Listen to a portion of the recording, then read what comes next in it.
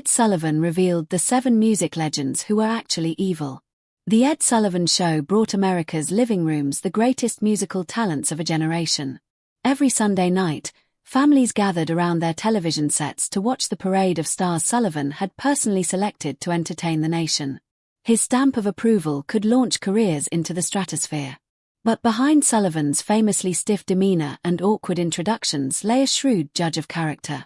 While millions saw only the carefully staged performances, Sullivan witnessed what happened when the cameras stopped rolling, the true nature of these musical icons when they thought no one was watching.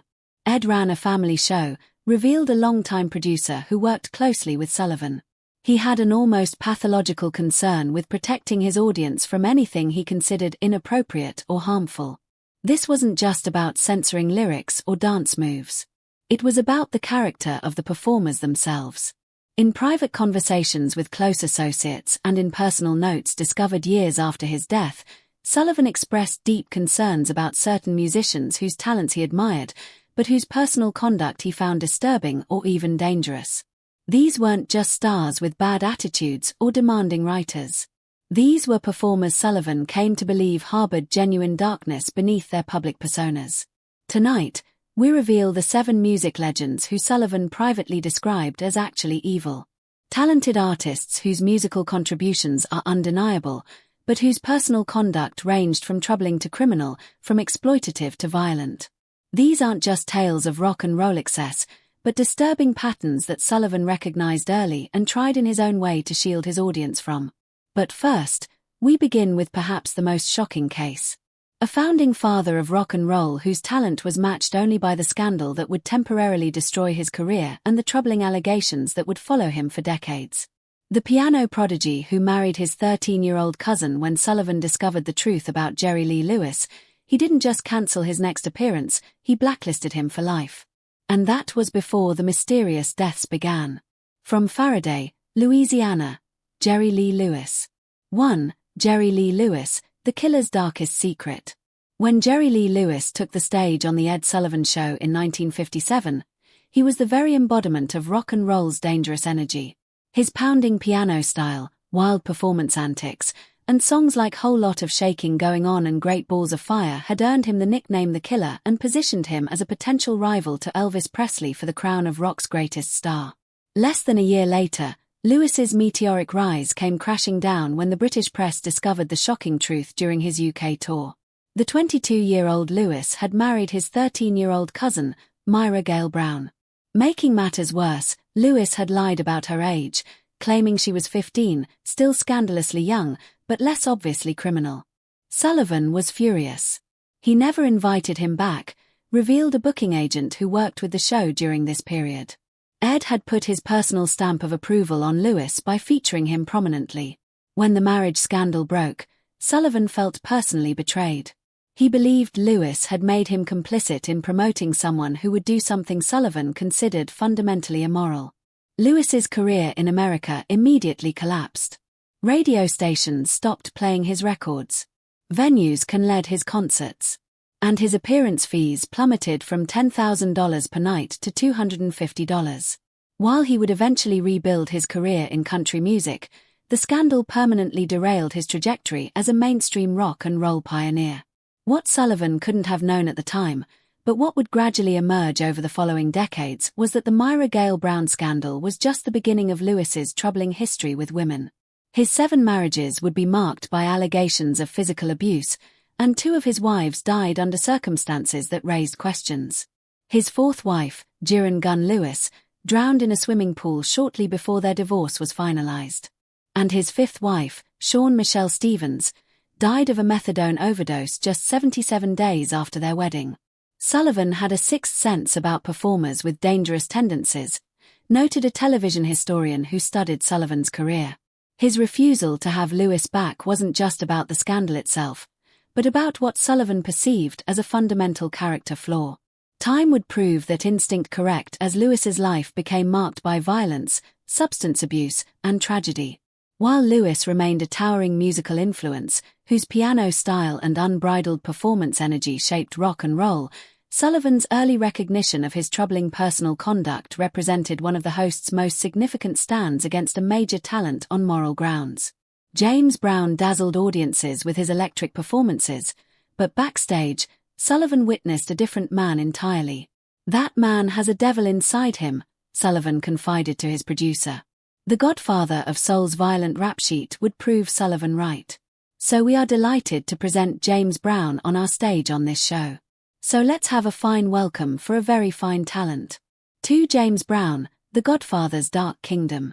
James Brown revolutionized American music with his dynamic performances, pioneering funk sound and unmatched work ethic. When he appeared on The Ed Sullivan Show, his electrifying stage presence and precision-drilled band delivered performances so powerful that Sullivan, not known for effusive praise, called him the hardest working man in show business, a nickname that stuck throughout Brown's career. Behind the sequined jumpsuits and cape flourishes, however, lurked a man whose behavior offstage revealed a disturbing pattern of violence, control, and criminality that Sullivan reportedly found deeply troubling. "He made crowds scream and women fear him," said a former associate who worked backstage during several of Brown's Sullivan appearances. Ed was old-school entertainment. He believed stars should be grateful, humble, and professional. Brown was none of those things. He demanded absolute control, treated his band like servants, and had a god complex that Sullivan found disturbing. Brown's criminal history began before fame and continued throughout his career. His rap sheet included multiple arrests for domestic violence against different wives and girlfriends, weapons charges, and drug possession.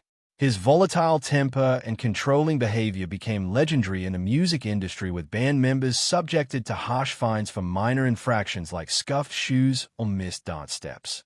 Sullivan allegedly said Brown had a devil's energy in him, recalled a production assistant who overheard a conversation between Sullivan and his producer. He respected Brown's talent enormously, but was disturbed by the stories that circulated about his treatment of women and his band members. There was something in Brown that Sullivan found genuinely concerning beyond typical star behavior. Perhaps most disturbing were the allegations of domestic abuse that followed Brown throughout his life. Multiple wives and girlfriends came forward with stories of brutal beatings, including his third wife, Adrienne Lois Rodriguez, who filed for divorce and multiple assault charges against him, then reconciled, only to die under somewhat mysterious circumstances in 1996 following cosmetic surgery. While Sullivan continued to book Brown due to his undeniable talent and audience appeal, staff members recalled that Sullivan maintained a professional distance from the performer that differed markedly from his warm relationships with other regular guests. Sullivan was trapped in a dilemma with Brown, explained a music historian. He couldn't deny Brown's cultural importance and musical genius, but he was deeply uncomfortable with aspects of his character. It created a strange dynamic where Sullivan would praise Brown's performances effusively on air while expressing private reservations about the man himself. Brown's musical legacy remained secure. His innovations shaped funk, soul, disco, and later hip-hop through extensive sampling of his work. But Sullivan's early recognition of the troubling aspects of Brown's personality proved prevalent as allegations and criminal charges accumulated throughout the performer's life. Chuck Berry created rock and roll as we know it, and a criminal record so disturbing that Sullivan vowed never to book him again. One performance was all it took for Sullivan to see what Berry's adoring fans couldn't. Let's turn him loose. Ladies and gentlemen, Chuck Berry, Sweet Little Three. Chuck Berry, rock's pioneer with a prison record. When Chuck Berry performed Maybelline on The Ed Sullivan Show in 1955, he was introducing America to a new sound that would help define rock and roll for generations to come. His distinctive guitar style, charismatic stage presence, and storytelling lyrics about teenage life revolutionized popular music and influenced everyone from the Beatles to the Rolling Stones. Sullivan initially embraced Berry as an exciting new talent, but their relationship reportedly soured as details of Berry's criminal history and ongoing legal troubles became increasingly difficult to ignore. Sullivan booked him once and regretted it forever, claimed a staff writer who worked on The Ed Sullivan Show during this period. Berry was brilliant on camera, but Sullivan was horrified when he learned more about Berry's past and his ongoing legal issues. It created a real conflict for Ed, who believed in second chances, but also felt responsible for who he presented to American families. Berry's troubled history began before fame with a 1944 armed robbery conviction that sent him to a reformatory until age 21. His most serious legal issue came in 1959 when he was arrested for violating the Mann Act, transporting a 14-year-old girl across state lines for immoral purposes. The girl had been working as a hat-check girl at Berry's club, and he had allegedly brought her to St. Louis to work at his bandstand. Berry was eventually convicted and served 20 months in prison. This conviction occurred during the height of Berry's popularity, creating a significant problem for Sullivan, who prided himself on presenting performers who upheld certain moral standards. While Berry would eventually return to performing after his release, his relationship with Sullivan's show was permanently damaged. Chuck Berry was a musical genius, but Sullivan couldn't reconcile that with Berry's criminal behavior, explained a cultural historian who studied early rock and roll television appearances. Sullivan was willing to forgive certain transgressions, but crimes involving minors crossed a line he wasn't willing to ignore, no matter how talented the performer. Berry's legal troubles continued throughout his career, including tax evasion charges and most disturbingly a 1990 class action lawsuit from women who alleged they had been videotaped in the bathroom of a restaurant Berry owned. He eventually settled the lawsuit for a reported $1.2 million. What makes Berry's case particularly complex is the undeniable impact of his music contrasted with his troubling personal conduct. His innovative guitar work, distinctive sound, and compositions like Johnny B. Good, Roll Over Beethoven, and rock and roll music literally defined rock music and influenced generations of musicians who followed.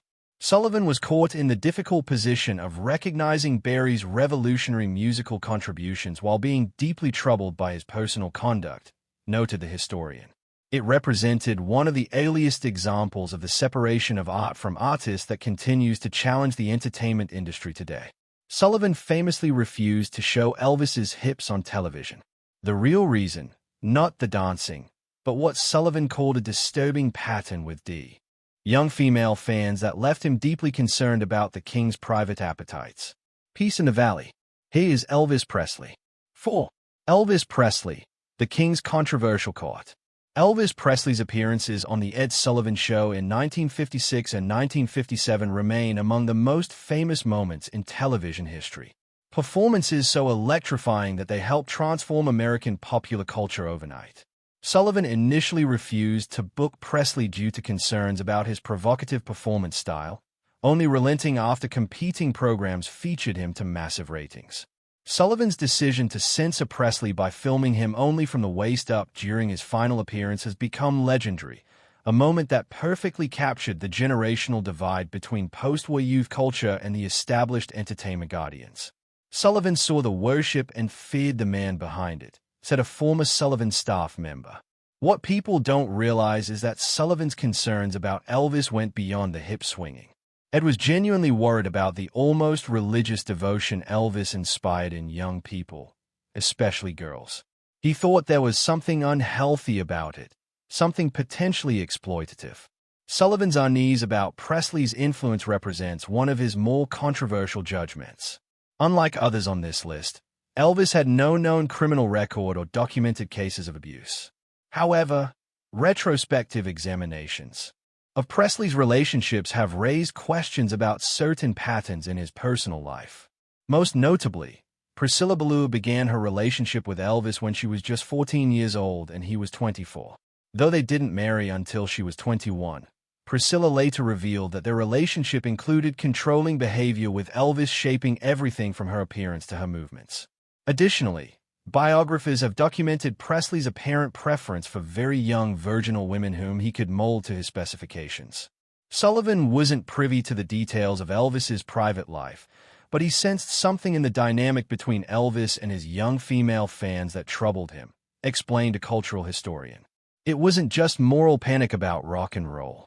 It was concern about the power imbalance between an adult male star and the teenage girls who idolized him. What makes Sullivan's judgment of Elvis particularly interesting is how it evolved over time. After initially resisting booking Presley, then censoring his performances, Sullivan eventually praised Elvis publicly, telling the audience after one performance, "This is a real decent fine boy." This public endorsement came as Presley's management worked to soften his image, suggesting that Sullivan's concerns were partially addressed by the careful image control implemented by Colonel Tom Parker, Presley's manager. However, staff members reported that Sullivan maintained private reservations about Elvis's influence on youth culture. "Elvis remains a complicated case on Sullivan's list," noted the historian. "Unlike the others, there's no clear criminal behavior or documented abuse. But Sullivan's concerns about the power dynamics between adult male performers and young female fans raise questions that the entertainment industry continues to grapple with today." While audiences enjoyed Phil Spector's Wall of Sound, Sullivan warned his staff, "Keep that man off my show." Decades before Spector murdered an actress in his mansion, Sullivan had already identified him as genuinely dangerous. 5. Phil Spector, the sound of genius and madness. Phil Spector never appeared as a performer on The Ed Sullivan Show, but his musical influence was inescapable throughout the 1960s. As the creator of the Wall of Sound production technique and the driving force behind hits for groups like the Ronettes, the Crystals, and the Righteous Brothers, Spector revolutionized pop music production and shaped the soundtrack of a generation. Behind that musical genius, however, lurked increasingly disturbing behavior that would eventually culminate in murder, a tragic outcome that Sullivan reportedly anticipated decades before it occurred. "He shaped sound and shattered lives," observed a music industry veteran who worked with both Sullivan and Spector during the 1960s. Sullivan refused to have Spector on as a guest despite his enormous influence. He said there was something deeply wrong with Spector, something that went beyond typical show business eccentricity or arrogance. Sullivan's concerns about Spector were reportedly sparked by accounts of the producer's controlling behavior in the studio and his disturbing treatment of artists, particularly female singers. Ronnie Spector, lead singer of the Ronettes and later Phil's wife, would eventually reveal that her husband kept her virtually imprisoned in their mansion, threatening to kill her if she left him. Sullivan reportedly despised his arrogance and refused to feature him directly, said a booking agent who worked with the show. Acts produced by Spector would appear, but Sullivan deliberately avoided giving Spector personal attention or credit. This wasn't just professional jealousy. Sullivan genuinely believed Spector was dangerous and didn't want to elevate him personally. What makes Sullivan's assessment of Spector particularly pregnant was how accurately it predicted the producer's eventual downfall. As Spector's behavior grew increasingly erratic and threatening through the 1970s and beyond, stories emerged about him pulling guns on artists including John Lennon, Leonard Cohen, and the Ramones during recording sessions. This volatile behavior culminated in the 2003 shooting death of actress Lana Clarkson at Spector's mansion, a crime for which he was eventually convicted of second-degree murder and sentenced to 19 years to life in prison, where he died in 2021.